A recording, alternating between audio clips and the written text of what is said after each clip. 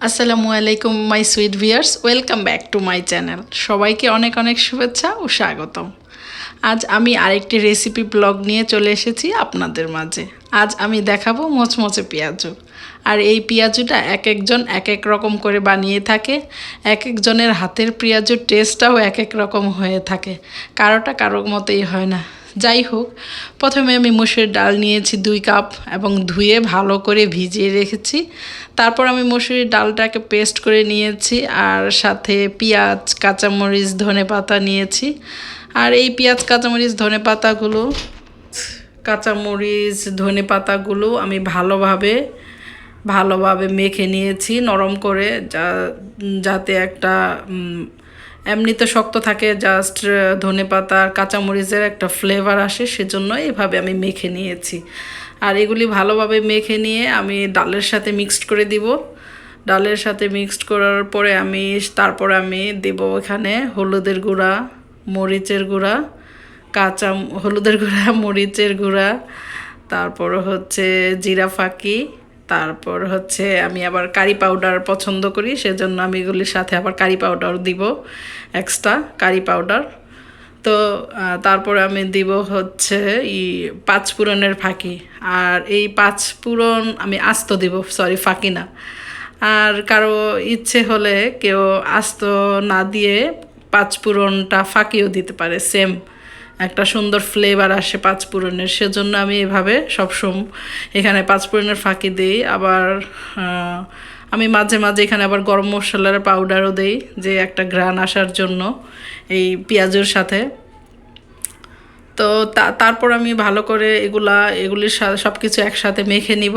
ভালোভাবে মিক্সড করার পরে আমি তেল দিয়ে দিব চুলাতে। আর এটা ভালোভাবে মিক্সড না করলে, আর হলুদের পরিমাণটা যদি একটু বেশি দেই আমরা, তাহলে দেখা যায় একটা যে রান্না হওয়ার পরও একটা হলুদের একটা গন্ধ করে, একটা হলুদ হলুদ গন্ধ আসে। এর জন্য একটু হলুদের পরিমাণটা কম নেওয়াই ভালো। তো আমার ভালোভাবে মাখানো শেষ হয়েছে। তারপর আমি কড়াইতে তেল দিয়েছি। তেলটা যখন গরম হয়ে আসছে, তারপর আমি হচ্ছে এক এক করে এই ডাল দিয়ে দিব। আর হচ্ছে চুলার জালটা অবশ্যই আমাদের খেয়াল রাখতে হবে, যাতে চুলার জালটা মিডিয়াম আঁচে রাখতে হবে। আর বেশি বেশি চুলার জালটা বেশি বাড়িয়ে দিলে দেখা যাবে যে এই পেঁয়াজু ভাজাগুলি ভালো হয়নি, আর এগুলো পুড়ে যাবে। আর দেখা যাবে যে এগুলা হয়ে গেছে, আসলে দেখা যায় যে ভিতরে কাঁচা কাঁচা থেকে যায় অনেক সময়। সেজন্য অবশ্যই চুলার জালটা মিডিয়াম আঁচ করে রেখে তারপরে আমাদের এগুলা ভাজতে হবে ভালো করে। আর প্রথমেই 8 থেকে 10 মিনিটের মতো লাগে সময় এই পেঁয়াজুর এক সাইড হতে। তো এক সাইড ভালোভাবে হওয়ার পরে উল্টাই দিতে হবে আরেক সাইড। তো এক পাশ হয়ে আসছে আমার, তো আমি এগুলি উল্টিয়ে দিচ্ছি আরেক সাইড। তো এভাবে উল্টানোর পরে কিছুক্ষণ আবার ওয়েট করতে হবে, যাতে আরেক পাশ হয়ে যায় পেঁয়াজুর। একটু সময় নিয়ে এই পেঁয়াজুটা করলেই ভালো, বেশি ঝটপট করলে দেখা যায় যে ভিতরটা কাঁচা থেকে যায়, আর তেমন একটা মচমচে হয় না। তো পেঁয়াজুটা দেখা যায় রোজার সময়তে সবাই বেশি খায়, তখন দেখা যায় এই ভাজাপুরি ছাড়া তো ইফতার চলেই না। তো বাংলাদেশে তো রোজার সময় খুব ধুম পড়ে যায় ভাজাপুরির বিক্রির জন্য। রোজার সময়তে দোকান বসে, দোকানে বা বাহিরের দোকানগুলিতেই ভাজাপুরি চলে খুব। তো ঠিক তেমনইভাবে আমেরিকাতেও দেখা যায় যে বাঙালি দোকানগুলিতে রোজার সময় খুব ভাজাপুরি করে বিক্রি করে, বা পেঁয়াজগুলো বানিয়ে বিক্রি করে থাকে। যাদের প্রয়োজন তারা দোকানগুলো থেকে কিনে নিয়ে আসে। তো সেই ভাজাপুরিগুলোও অনেক টেস্ট করে এখানেও বানায়। তো সব জায়গাতেই দেখা যায় যে ভাজাপুরি, পেঁয়াজু এগুলো খুবই চলে, খুব বানায়, বিক্রি করে। তো ঠিক আমাদের আর পেঁয়াজু শুধু রোজাতে নয়, সব সময় খাওয়া যায়। যখন যার মন চায়, ইচ্ছে করে, ঠিক তখনই আমরা বানিয়ে খেতে পারি খুব সহজে এটা।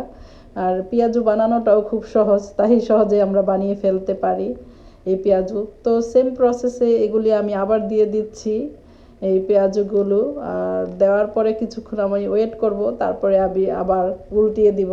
উল্টিয়ে আবার এক পিঠ হওয়ার পরে আমি আরেক পিঠ, এক পিঠ তো হয়ে আসছে, তো এগুলো আবার উল্টিয়ে দিচ্ছি আবার অপর পিঠ হওয়ার জন্য।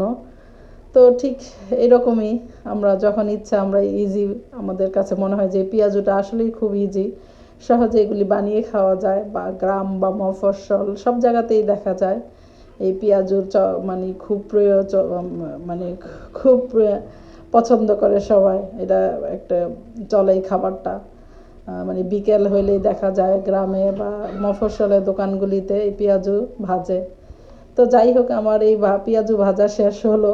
আর সবাইকে অনেক ধন্যবাদ আমার সাথে থাকার জন্য। Thank you so much.